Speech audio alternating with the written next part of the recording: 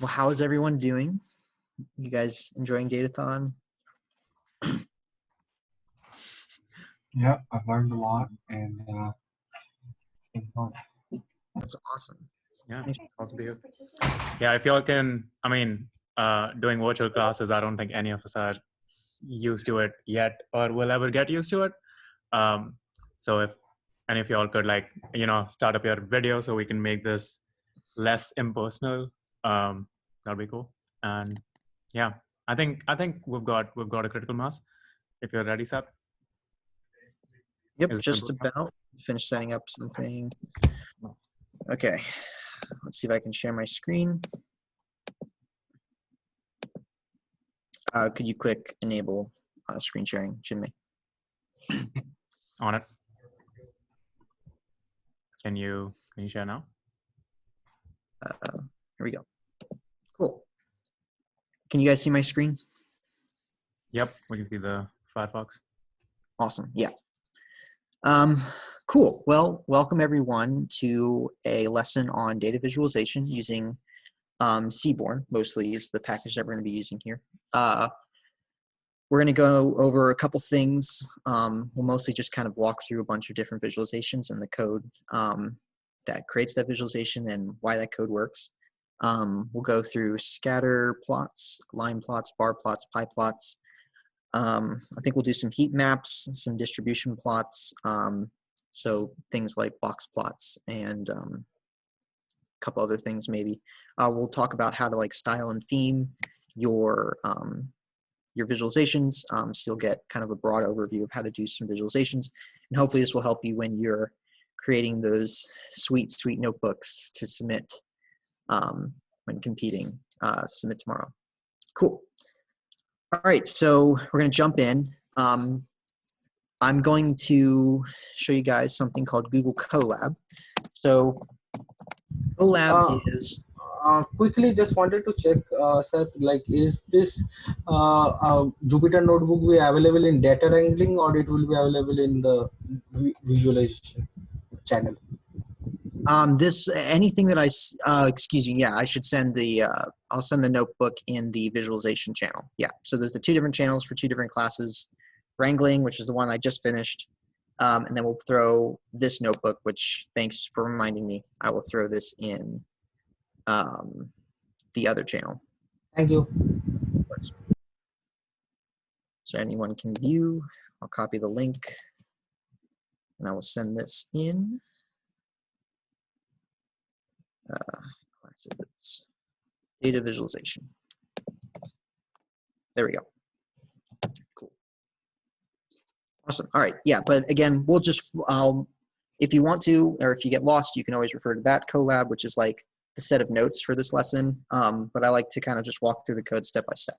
So if you want to open a browser and search for Google Collab, and then the first link is going to probably be Google Collab, collab.research.google.com. And just create yourself a new notebook. There should be a button around new notebook. You might have to sign in to get to that point, but you should get to a screen that looks like this. So I'm going to go ahead, click up here in the title area and rename this to data visualization. And so yeah, I gave an overview of Google Colab in the last lesson, but I'll do a quick one here as well. So Google Colab is really great. It basically allows us to run Python code in a computer on the web. So Google provides these little containers that are like virtual little computers, and they have a certain amount of CPU usage that you can have access to, a certain amount of RAM, and they even provide some GPU power to each of these, right? So you can kind of, you have access to, I don't think it's like a super powerful GPU, but you have access to a GPU when you're running stuff inside of a Google Colab instance. So if you click up here and click connect, Google will go ahead and allocate you an instance, and now you can see you've got like some RAM and some disk memory that's already been taken up. But yeah, you can work within this and you can write and run code just within your web browser. You don't have to download anything, and it makes setting up stuff super simple, super easy. Okay, And again, Collab is a wrapper around JupyterLab. So you can, all the features that you would see in JupyterLab are like the same here. You can run cells in different orders. All of the variables that you create in a cell are stored in like global memory, so you can reference them in just different places. And this makes coding and trying different stuff really easy because you can just jump around to a bunch of different places, and it makes testing stuff really easy. Okay, so I'm just going to jump in, write some code. We're going to import the packages that we need, which is pandas and seaborn. And then to run a cell in Google Colab, you can either press the play button here, which will run the cell, or you can press Shift Enter, which will run the cell and then jump down to the cell below it. If there's no cell there, it'll create a new cell. Or if you want to stay in the same place without jumping down, you can press Control Enter. So I usually press Shift Enter, and it just makes it very easy for me to continue writing code. Cool. So I'm going to copy and paste some code and send it in the in our Discord channel. So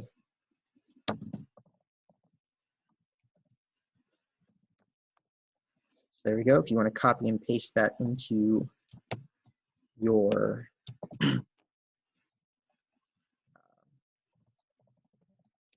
cell here.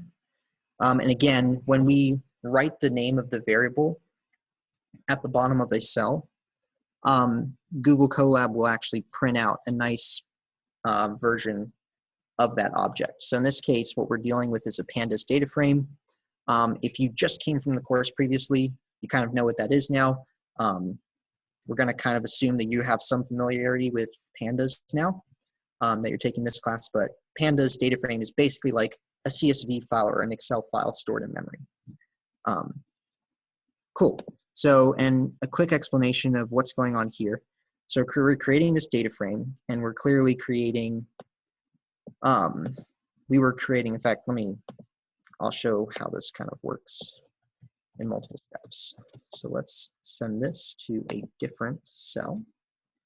Let's print students before we run these lines. So students first looks like this.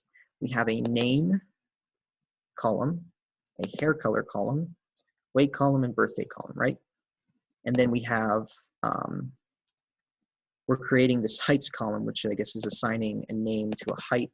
And then we're going to set the index of the student's data frame to name and then join it, which is actually a shorter way to perform a merge with heights. We're not going to go super in depth on how that works, but basically it creates this data frame where the index is the name of the person, and we've added heights to our data frame. Let's move on. Shoot. I can't run this twice. So this is why we kind of include this code up here. That way, when we run it, it creates the student's data frame and then runs this. And then sorry, I can't seem to paste my paste what you posted in the chat. Okay, you're having problems pasting what's in the chat. Okay. Let me see if there's a problem with it. What I noticed is you can't, whenever you copy it from the chat, you can't right click and try to hit paste. You have to hit Control V. Yeah, that's what I had to do too. So I just dragged over all of it and pressed Control V. I came over here and pressed Control V, and that's what I got. Okay, my bad. Thank you. No problem. If that continues to be a problem for you, just let me know. And probably the best solution would be to open up the other notebook and just maybe like double click inside that cell and copy it over. All right, so our first plot is going to be a scatter plot, which is basically just plotting a bunch of points in a graph. So the way that that's written is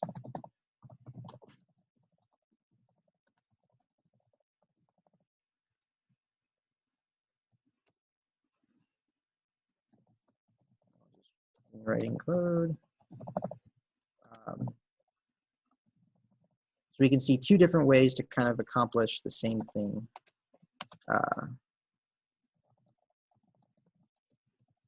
So these lines do exactly the same thing. I'll comment out this one. We'll talk about the second one first. So what we're passing into scatterplot is a pandas data frame, students. So we pass it students, and then we tell it your x-axis, your dependent variable, excuse me, your independent variable is going to be weight. So these values here basically act like x, and then height acts like y. So we're plotting weight in this student's data frame versus height. And the equivalent way to do that would just be to grab those columns themselves. So in this case, we're going to scatter plot, just make sure my mouse isn't getting in the way, weight versus height. It's pretty self-explanatory. So if I run this line, it does exactly the same thing. There's a lot of functions in Seaborn that operate the same way. You can either specify data and then x and y, or you can specify just x and just y and just go from there. Or the data that goes into x and the data that goes into y. And this is because Seaborn was really designed to work well with pandas. We'll move on. Okay, so there's a little bit of stuff that's going on here. So I'm not an expert in statistics. That's not my forte, but I think we can quickly discuss Pearson's correlation. So the value of R here kind of represents how well the data is linearized. So if the data falls very nicely along a line, that's going to have a higher R value, or R value closer to 1. If you're in the positive direction, closer to -1 if you're in, like, you have a negative slope. And we can see as the points become more and more sporadic, we have a value of R that's closer to 0. And we can actually grab these values that if we want to by calling students.correlation weight with height. Oops. I spelled students. Cool. And that gives us a straight up value. What's interesting here is that if I just say students.correlation, it'll actually go through every column where it can do this, and it'll graph. So for every column in students, it'll show up along this axis, and then for every column in students, it'll show up along this axis, and then you can see how each column pair correlates to each other. And so what we grabbed was the weight column and then the height row in the weight column. Sorry, sir. The value. Sorry, sir. For some reason, my code isn't graphing like yours. Like that first initial part. Yeah, the Pearson's part. I'm sorry, I should have explained that. This is a bunch of markdown text. So if I double click inside here, I literally just copied this over from the notes. And maybe this is a good time to quickly explain what this is. In Jupyter Labs, you can have two types of blocks, two types of cells. You can have code cells, which run Python code. And what you probably didn't see me do, I apologize, maybe I rushed over. No, not this part. The first part. Go if you can go up for a second. So you didn't get the scatter plot. No, the graph up there, here, the table. I didn't get that or the graph down there. Well, Okay. I thought you have to run this you have to run this and then the table would show up, but that didn't happen with me. That didn't happen. Okay. We can deal with this later. It's just fine. Yeah. We'll deal with that later. The main idea is if you refer to the Collab that I sent to you, you'll have access to like the full set of notes. So go ahead and refer to that and follow along with that. In fact, you can run it yourself if you want to. Cool. All right. But like I was saying, there's two different types of cells in Collab. There's code cells. There's also text cells. So if I click this and I add a text cell, I can write markdown documents. So I can make things like italics and bold by adding certain symbols. And I can also reference images. So in this case, what I did here was I referenced a bunch of images. I didn't actually plot these. So that's what happened here, in case there was any confusion about that. Cool. So it has to be a text slide, correct? It can't be a code slide, and then you try to put in all these pictures and everything, correct? Yeah, yeah. It's much better if you use a text block to go ahead and start importing and showing pictures. I'd recommend like really paying attention to text blocks when you're getting your notebook ready to show off to somebody, right? Because it can be really nice to have, you know, a bunch of text maybe explaining the code block that comes under it. And you can add like formatting and stuff to that, and you can make it look pretty nice. Awesome. So the next one is called a reg plot. So if I say sns.regplot, students.weight, students.height. So what this graph does is it's doing a bunch of things. So it does linear regression. So it tries to fit a line through the scatter points, through the scatter plot. And then it has this shaded area. And I'm not going to go into super detail, mainly because I don't perfectly understand what the shaded area does, but it basically shows confidence intervals. So if your line is when you're fitting this line, if it's in like a particular area where it's not very confident, like that area will become wider, basically. So you can use reg plot to kind of show linear regression and then confidence intervals. That's basically what it shows. We can also do scatter plots with a little bit more information. So I can say sns.scatterplot, students.weight, students.height. And then I can even say hue equals students.haircolor. So what this does is it kind of adds a third dimension almost, if you will, to our plot, in that not only are we plotting a scatter plot, but we assign the color of a particular point to the hue of that point. So we're plotting X versus Y, or excuse me, Y versus X, and then the color is the hair color. Or I guess it differentiates the colors or these different values of hair color and gives them a hue. We can't really control, like blonde obviously is not the same as blue, brown is not the same as orange, and red's not the same as green. But what you can do when you look at a scatter plot like this is differentiate between points by saying, okay, these 2 points are in the same category, right? So these guys must have the same hair color. And so that's what adding this parameter to the scatter plot will do. And it turns out you can actually use that same concept in other plots in Seaborn, right? So if I'm doing a line plot, so lm plot, weight, height, hue, hair color, students. So this is like the same thing that we were doing before, where we're specifying, okay, this is the x-axis, this is the y-axis, this is the hue, and then the student's data frame is the data. If we plot this, what we get is, okay, basically a reg plot, but for these different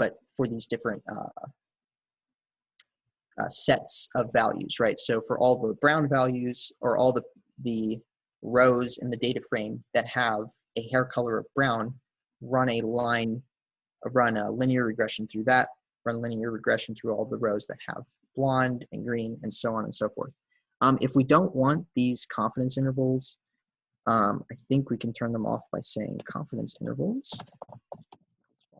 If I run that again, I get a plot that's a little cleaner. Cool. Are there any questions about what I've covered so far? Is that SNS dot IM plot or LM plot? LM plot. Okay, thank you. No problem. Any other questions? Is there a way to set X limits and Y limits? Oh, that's a good question. I'm actually not really sure. Most of the stuff is like a quick Google away. Yeah, and Evan, I saw your question in chat. So the Collab that I'm pulling my notes from just got sent in the Discord channel data visualization under classes. So you can go ahead and refer to that. But that's a good question, Eric. Let me get back to you on that because I don't actually know. There probably is. But I mean, I could probably say, like, one thing that I could do probably just off the top of my head is if you weren't doing this data way of referring to the data, but you were instead doing previous version, so students.hair color, and y is equal to students dot.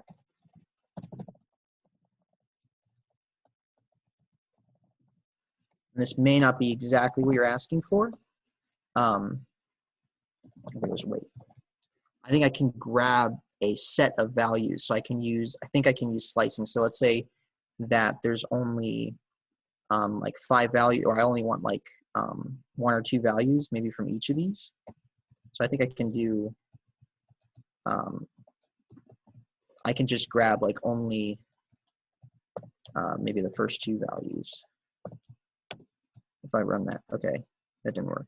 But you might be able to like basically slice these series down to a certain number of values, and that could be one way that you do it. But if you want to do something with the axis, I'm not quite sure.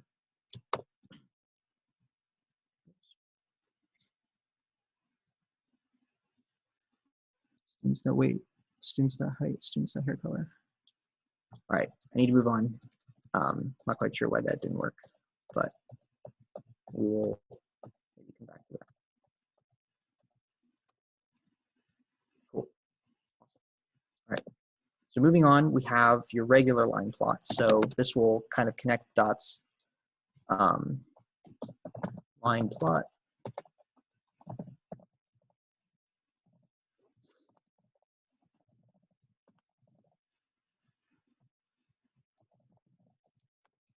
So this is pretty basic, just plots birth date versus weight for the data set students. Not too much going on here. Okay, and this is where maybe things get a little bit more interesting. So I'm going to send another cell into the channel.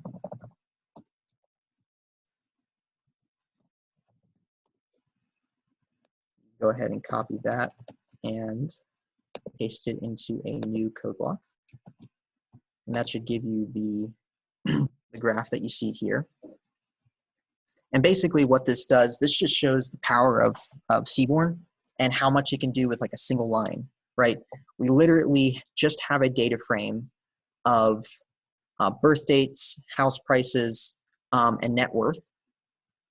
And you can see that we literally just called sns.lineplot and passed in the data frame.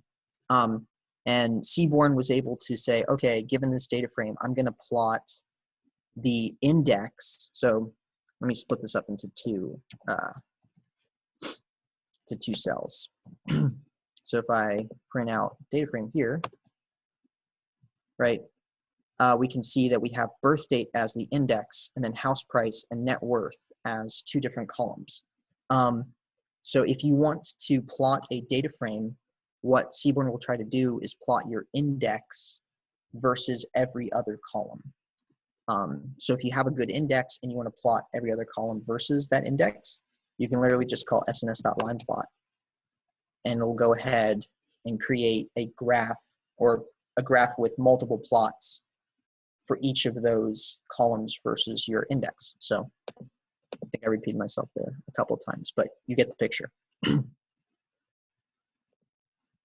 All right. And so if we're looking at this graph, it's kind of it's small. It doesn't look that good. What if we wanted something that was maybe bigger, something that we might show off in maybe during judging or something like that?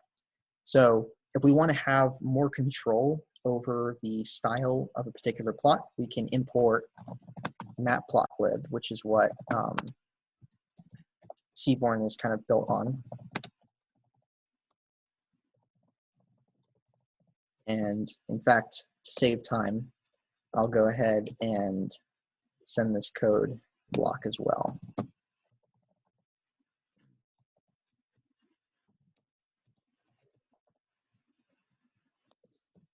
Oops.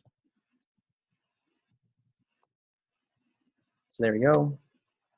Just go ahead and copy that and paste it in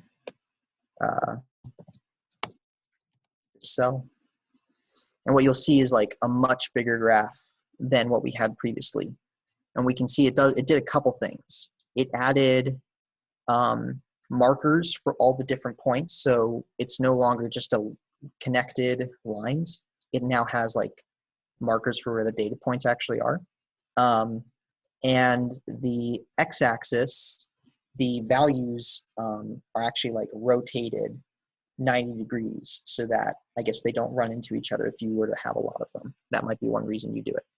And so let's walk through this one line at a time. We imported Matplotlib.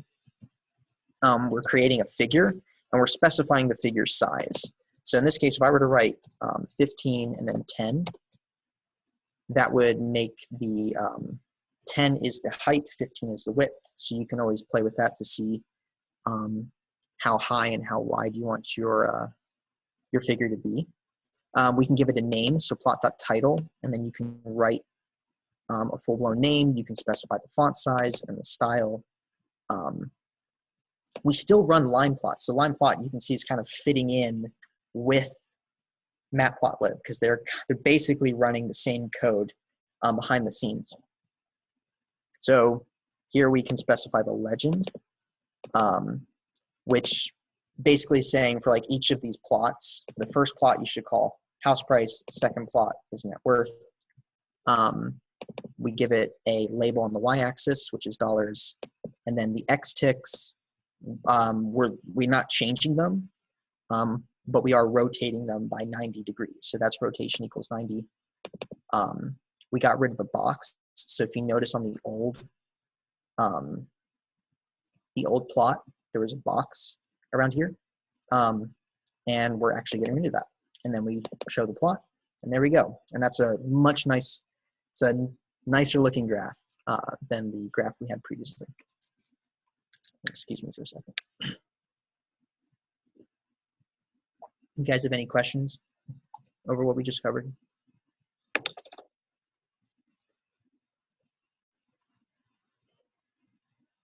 No, okay, cool. Yeah, it's pretty straightforward.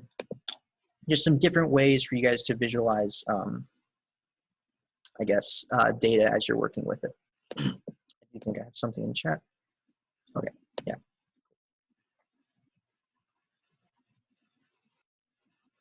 Awesome. Okay, so if you were in the pandas series that we did like an hour or so ago, we went over the group by function, which you can perform on a data frame. So I'm going to go ahead and write out some code here.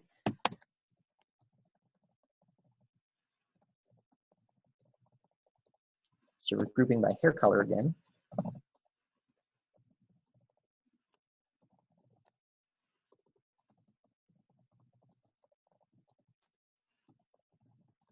Palette, specifying basically the color palette. And then at the very end of this, we'll create a title.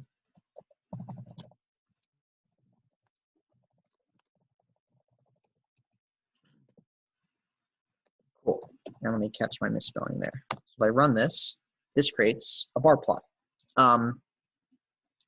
So what this does, and if you're not familiar with the group by function, basically what it does is it takes the data frame and then it separates it into different sets based off of hair color, right? So if you can imagine the rows with the same hair color kind of coming together, and then we're grabbing the weight column in each of those sets and then taking the mean, so the mean of the weight of each of those sets, which looks like this. So for blonde, the mean weight is 160, for brown, 182, for red, 143.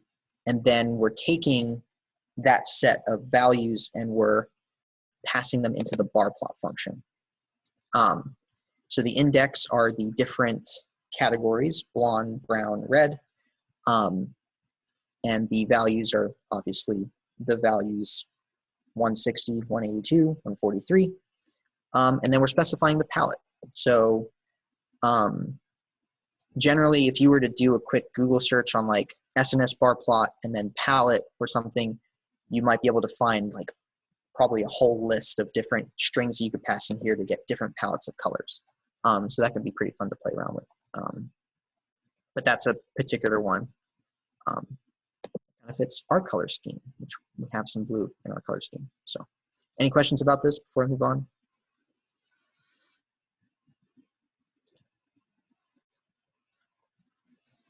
No? Okay, cool. Awesome. Pretty straightforward. Moving on to pie charts. So we're going to do the same thing again. I'm going to actually go ahead and copy this line because it's pretty similar. Students are grouped by hair color dot count. And we're going to go and plot a pie. So notice we're not calling SNS here. So we were creating a seaborn bar plot, which is designed, again, seaborn is designed to work really well with the pandas data structures, the series, and the data frame. That's why this line worked so easily. Matplotlib is slightly lower level than seaborn, so it's not designed necessarily to work with pandas. It does, but sometimes it requires like a couple more things. But in this case, it's pretty simple. It still accepts the data frame. We say that the labels is s.index. And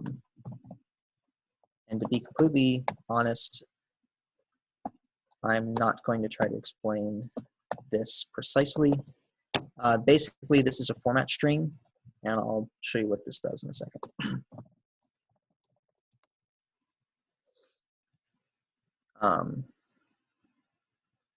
So what we're doing is we're saying plot these values.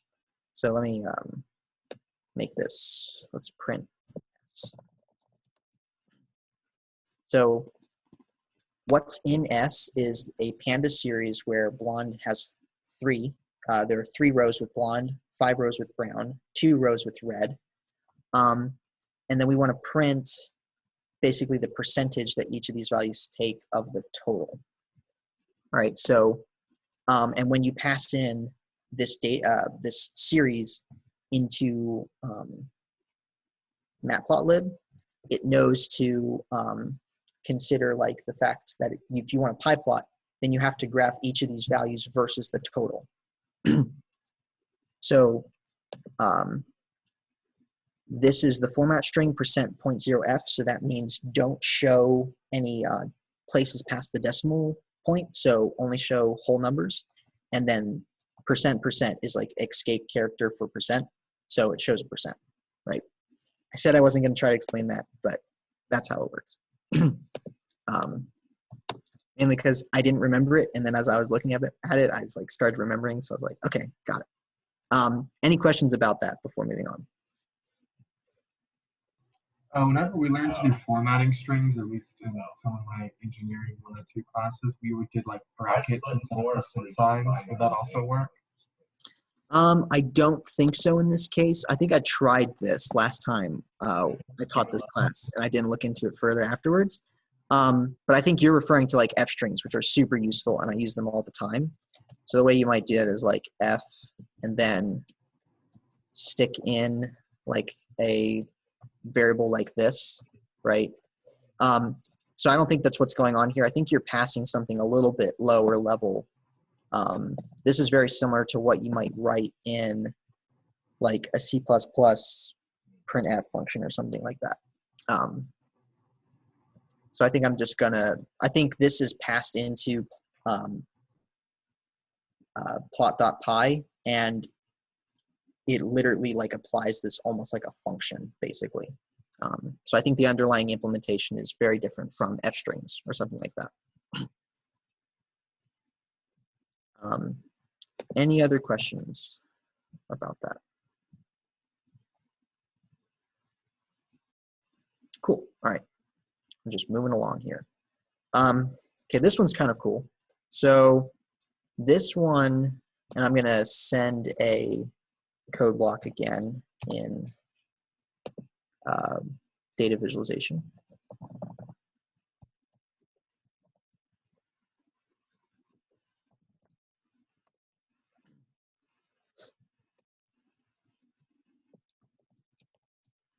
You can go ahead and copy and paste that.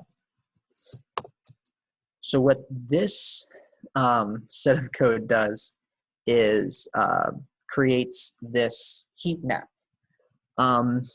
Okay, so we've got a data frame of taxi rides, and let's go ahead and split this up so we can look at the data here a little bit.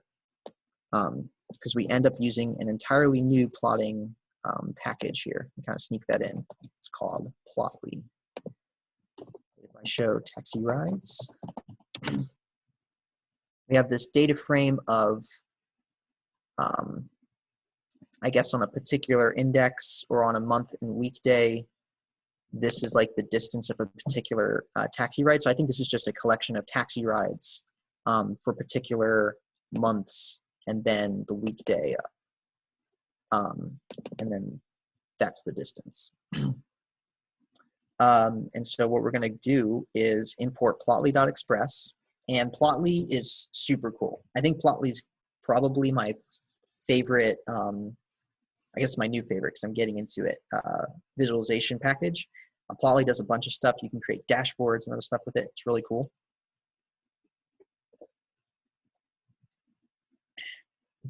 But basically what we're going to do is we're going to create a density heat map of, we're going to pass in the data set, which is taxi rides, and the x-axis is going to be the month column, the y-axis is going to be the weekday, and the z is going to be the distance. So like the hue of a particular month and weekday is going to be how much distance has been traveled total, I think, for that particular combination. Or perhaps it's average. I think it's average in this case. Right, okay, yeah, it's average. Cool, so and then you can take a look at this and say, okay, for Monday, for months, it looks like 0 to 4, average distance of 0.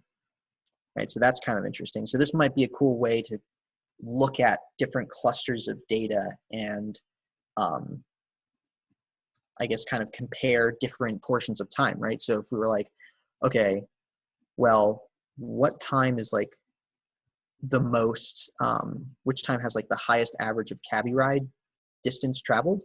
And it looks like months 10 through 14. Apparently we have 14 months. That's interesting. Weekday, Monday, so a lot of people traveling on Monday, and the average distance was 18 miles, which is pretty big. So that might be kind of an interesting way to look at your data and see how different clusters compare to each other. And there's a couple other notes that are written in the comments here that you can go over if you're interested. So I'm going to shrink this a little bit so I won't print that. Cool. All right, moving on. What does hist func do? Sorry, there were two people asking questions at once. I think that's my roommate talking, sorry. Okay. What is hist func, the last parameter on the density heat map?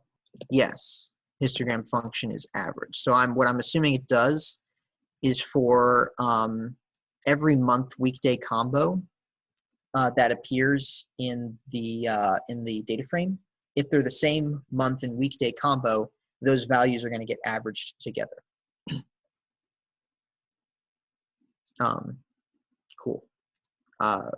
Any other questions about that before we move on? Awesome. Okay, cool. So moving on to some distribution type plots. So if you're interested in seeing how values are distributed in a particular set, you can use something called the box plot. And if you're interested, I'd look up the Wikipedia page on box plots because there's like a lot you can pull from them.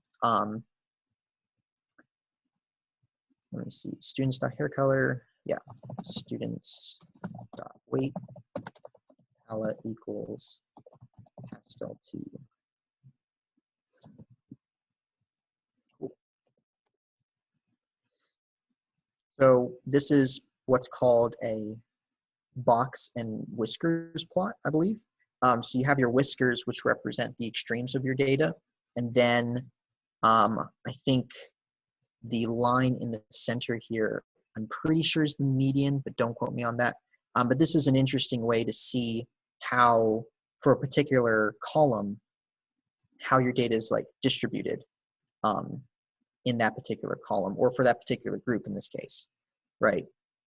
So we can see for the hair color brown, the weights are a lot more condensed up in the 180 to 200 pound range. I think with an extreme value, which is indicated by the single dot towards like 140 or something. So this can provide you like a quick way to view how different categories kind of stack up versus each other and how their distributions play out. There's other ways to view distributions. Here's another one. So I'll send this code in chat as well.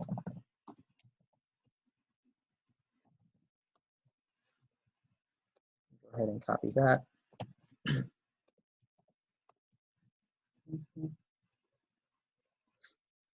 Okay, so what's going on here? So we're getting, okay, there's multiple things going on here. I think it's worth mentioning what this line does.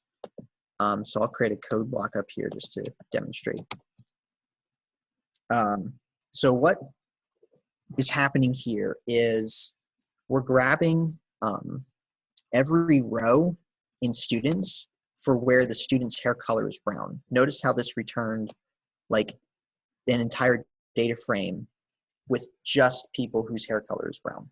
And the reason this works is students.haircolor equals brown actually creates an array or a series, actually, I think, of true and false values.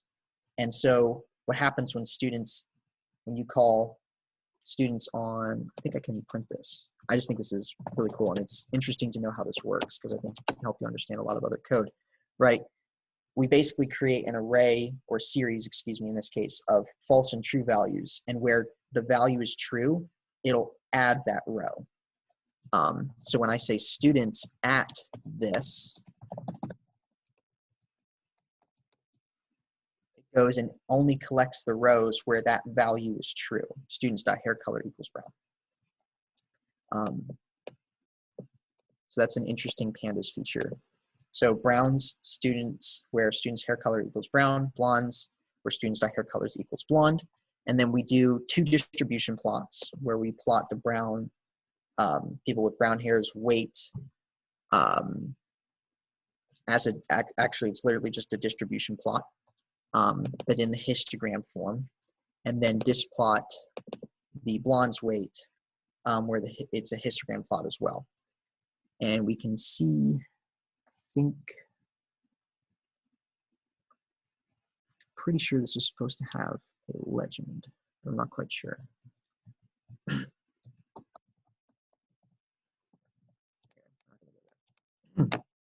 Cool. But yeah, so brown and blonde, two distributions. I think if I say histogram equals false, we'll get, I think, what would be considered, okay, interesting. I think this is new. So displot is deprecated. So I think that this function is kind of, they've probably replaced it with something else. I might look into that if you want to do displots in the future. It looks like they've deprecated this one. But you can use this function to also check out the distribution of values in your particular set. Okay, how are we doing on time? I think I go until 7:45. Cool. Okay, so we're going to get into something called skew. And this is pretty cool. I think this should work if I just send this to you guys, but go ahead and send a bunch of code.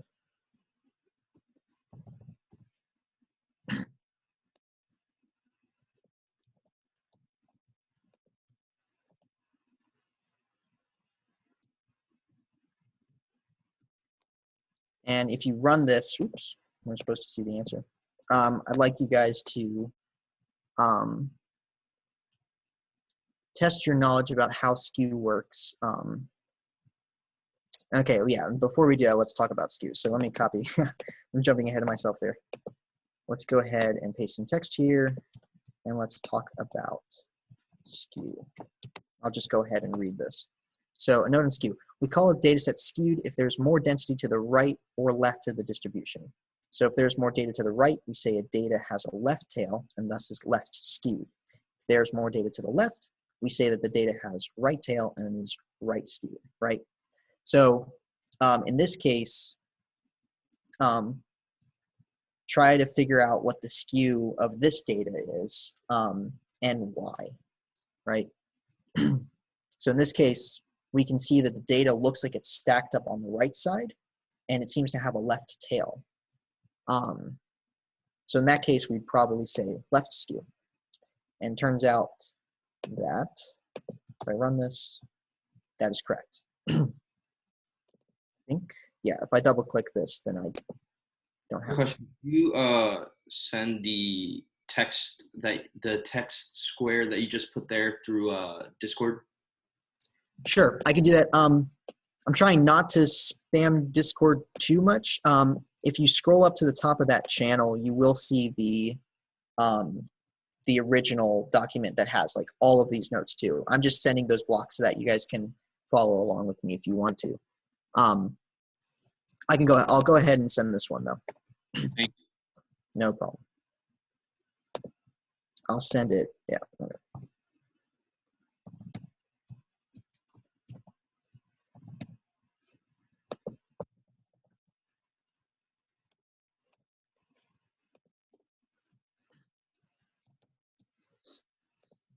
Cool. All right. Moving on. Let's talk about this image here.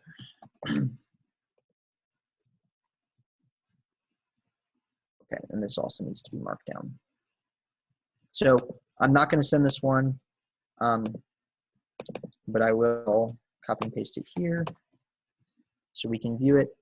So this is just another example of how left skewed distributions might look and right skewed distributions might look, and where the values stack up against each other. So we can see that the mode is the value that occurs the most, which is why it's here at the peak. The median, as we know, is like the value at like the very middle, and the mean is where you like average all the values. But I think it's just kind of interesting to see how, for a particular type of skew, how these values compare to each other. So for left skewed, you'll always have your mode as like the value to the right of your median, which will be to the right of your mean, and then vice versa for right skewed. Okay. So let's take a look. Is this, okay, we don't have this data frame. Give me 1 second. I've gone farther in this notebook than I've gotten before.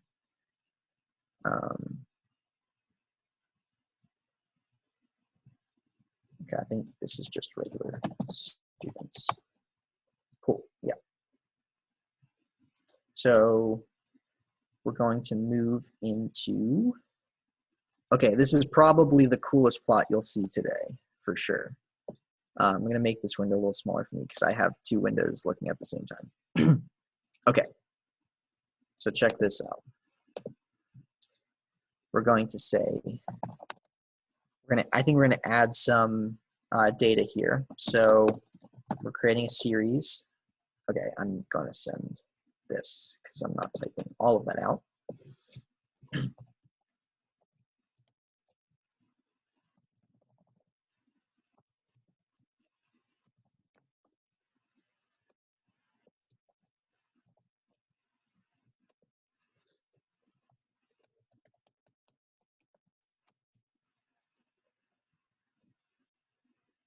So this takes a second to write. And here's the plot. So what's going on here is we're creating a pandas series, which is a series of like names and I guess how many kids they had, I'm assuming. And then we're going to merge students with kids on the index. So we notice that the index of this data frame are all these names. And so we're going to take the series, which has like the same, which has names as its index, and we're going to add all of those values to the data frame, and then that combination becomes temp. So that's what's going on there. And then we're going to do a pair plot of temp. And so what pair plot does is for every column, and it's numerical columns because you can't do this on different other types of columns.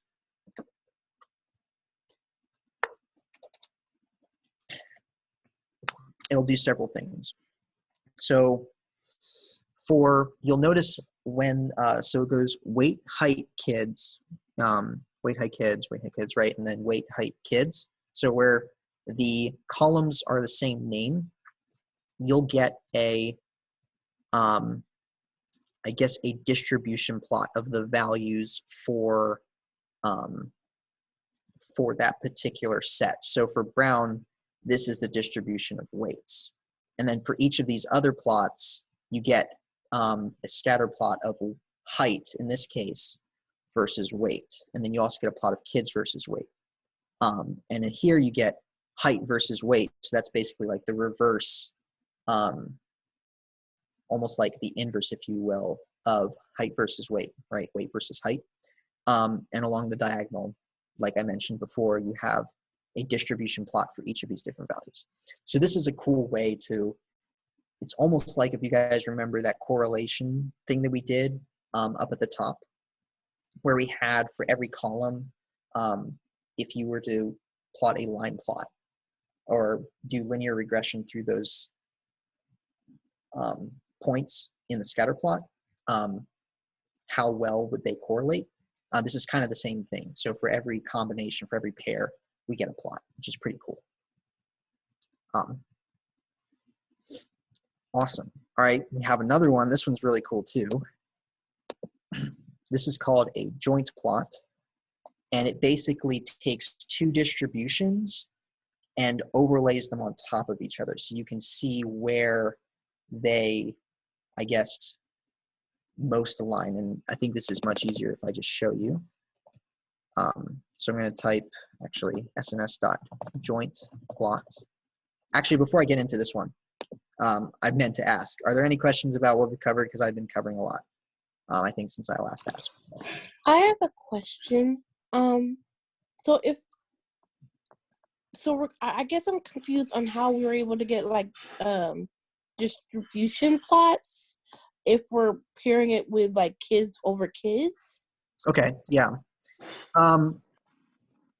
Well, I think what you're getting is like for a particular set, for a particular value of kids, so I think, yeah, what it does is for a particular, oh, this is a good question. Now I'm blanking because this made sense to me just a second ago.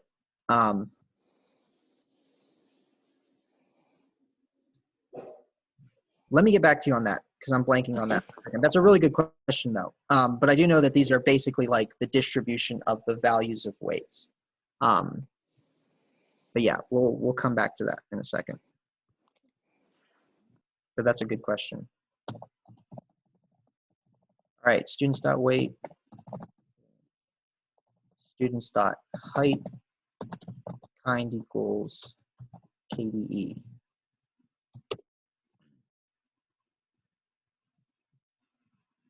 Okay, interesting. So my previous plot looks a lot, it's like filled in and everything. So this is interesting, the fact that it's kind of changed. I still think that this applies. I wonder if there's a, let's see. So these are the different, so by typing, I started typing more after the comma, and then it showed me what the interface was. So this is a helpful little programming tip. If you start typing and you've imported this package, PyTorch, or excuse me, Collab, we'll try to show you like what the interface for that particular function is. So I'm wondering if I can fill in. Okay, I'm not seeing anything that I'm looking for, but this is still interesting to look at to see the different parameters that you can set. So basically what this did is you have the distribution of weight graphed on the top here, and then the distribution of height graphed along the top here. So like, yeah. And then you have those two distributions basically coming on top of each other.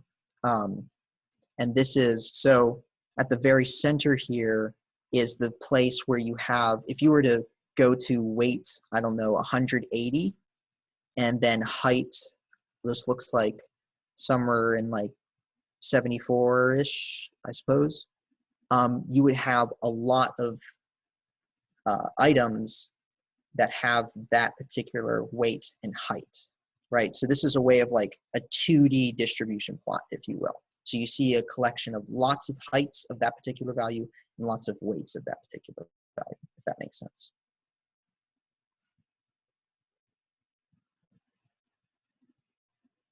Any questions about that? Cool. All right.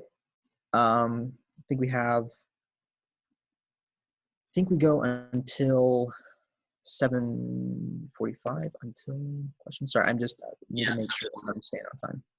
Okay, cool. Going back to visualization, let's talk about subplots. So everything that we've been doing so far has been a single plot. Like we write a bunch of code and we get one plot. But sometimes we want to have multiple plots. Like maybe we want to have like a before and after a transformation, or we want to have multiple plots that kind of correlate with each other. I know one thing that I've done is it's nice to have maybe a plot if I'm like doing machine learning training where I have like my training graph, and then maybe over here I have you know, validation on like a separate graph or something. I don't know. There's lots of different reasons to want to have graphs next to each other. So I'm going to write some code here. Figure axis equals plot dot subplots num rows 2 equals 2. In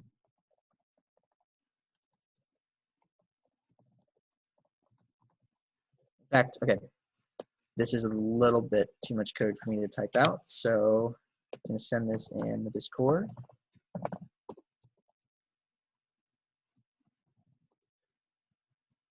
There we go. And this is not supposed to be a text block, it's supposed to be a code block. So I'll run this code, and what we get are as a 2x2 plot. So what's going on here, right? So we're creating a figure object and then a reference to all the different axes. So this is like a two-dimensional array of axes. And we can kind of see that because we say axis at 0, 0, plot 1, 2, 3. So that's just for the different indices 0, 1, 2, plot the y values 1, 2, 3, which is what this graph is. At row 0, column 1, we're going to do a pie plot, right? And so we can see that it, again, automatically interprets each of these values versus the total. And then we add a bar plot at axis 1, 0. So the interface here to do, like to add Seaborn into a Matplotlib interface. So we're doing Matplotlib stuff with plot.subplots, right?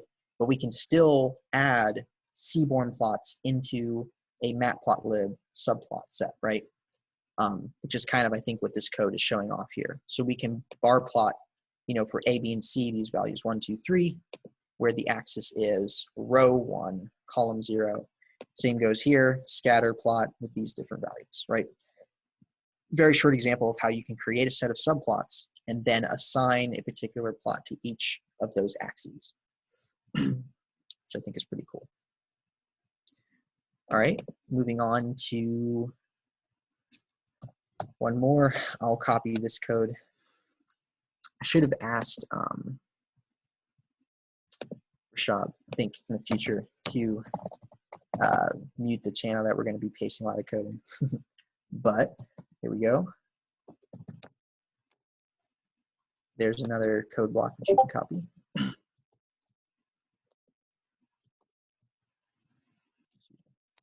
we go. Okay, yeah, and we're getting some displot is deprecated, which is fine. Seaborn's just telling us that they probably have a function that's replaced displot that you should use in the future. Looks like displot or histplot. Okay, so they kind of tell you what to use instead. And now I'm kind of curious. Maybe we can try in the question and answer section. We can try displot, but we'll get to there in a little bit. Okay, so what's going on here? There's multiple things going on. So Seaborn does a lot. Obviously, we've seen like single lines that do crazy levels of plotting.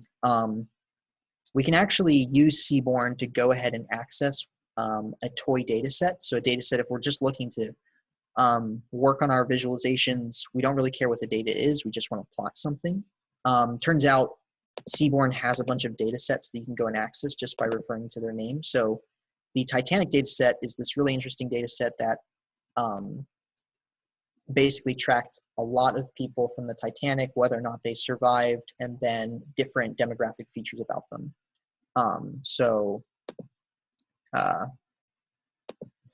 Things like what their gender was, what their age was, and a couple other things like that. So all of that you can just pull from the internet by calling sns.load dataset. Titanic.columns is the set of columns. I'm not quite sure why we're referring to that there. I think we wanted to print that. So we go ahead, yeah. So these are the different demographics, right? So whether or not they survived, something called P class, I'm not quite sure. I think that was probably like what class their ticket was, I'm assuming. Or maybe that was just class. But yeah, their sex, their age, and a couple other things.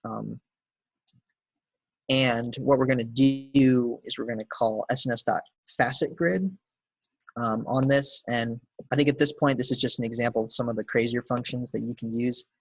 I'm not super familiar with this one, but it's a cool example of how Seaborn works. I think at this point, we've probably reached, time. I think we're ready for questions, or I think, let me check the time one more time. So I'm working with my screens. Okay, wait. Okay, no, this does go to 7:45. So yeah, we'll end here for some questions. Do you guys have any questions about anything that we covered? Not specifically over what we covered, but will you be active on Discord after this class? Yeah, for sure. Yeah.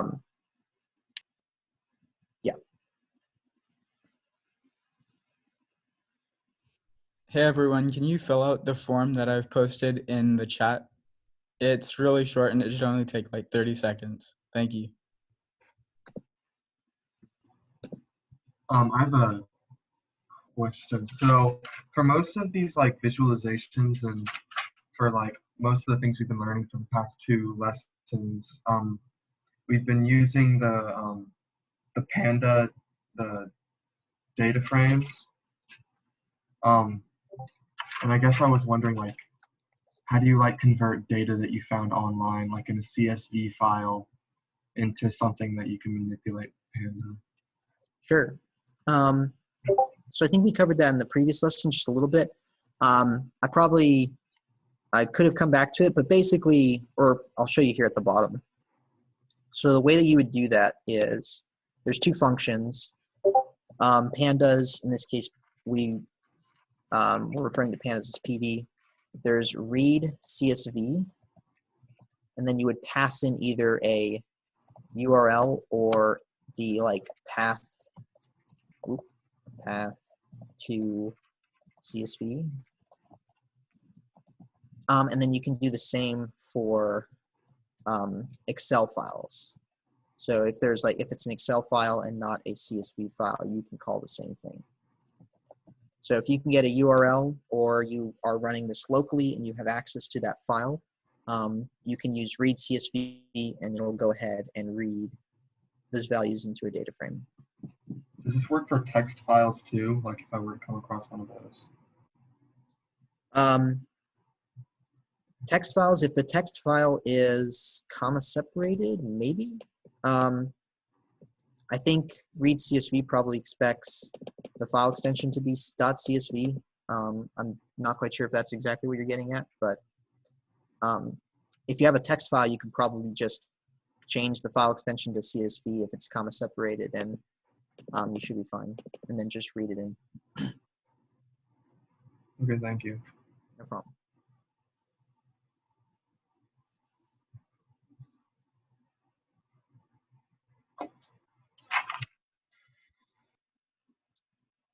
Are there any other questions?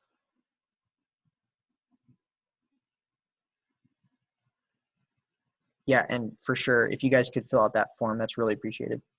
It helps us a lot.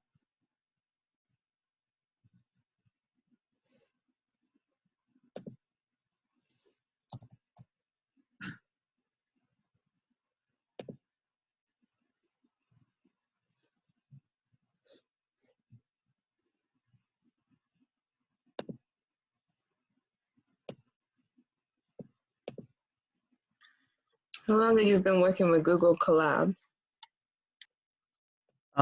So I generally actually prefer to run things locally, but I do definitely go to Collab every once in a while. I'd say for about a year or so.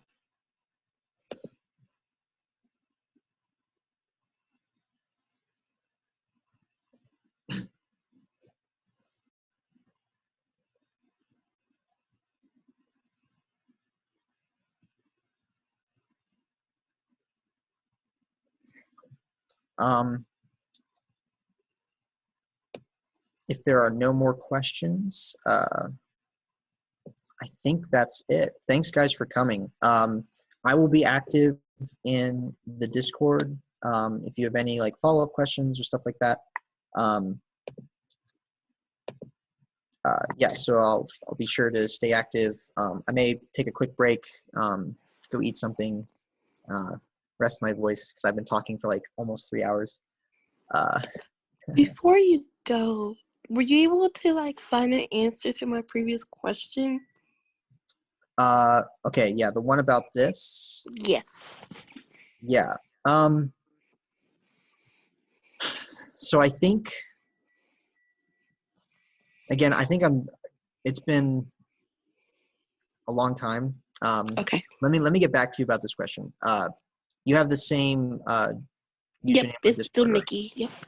Yeah, but I'm pretty sure basically what this should amount to is the different values and then the number of values. But I think for some odd reason, I think that's flipped in this case because weight is the actual value here, whereas this is also weight. Yeah, so I'm a little bit confused about that as well, but I'll get back to you about that. Yeah, thanks.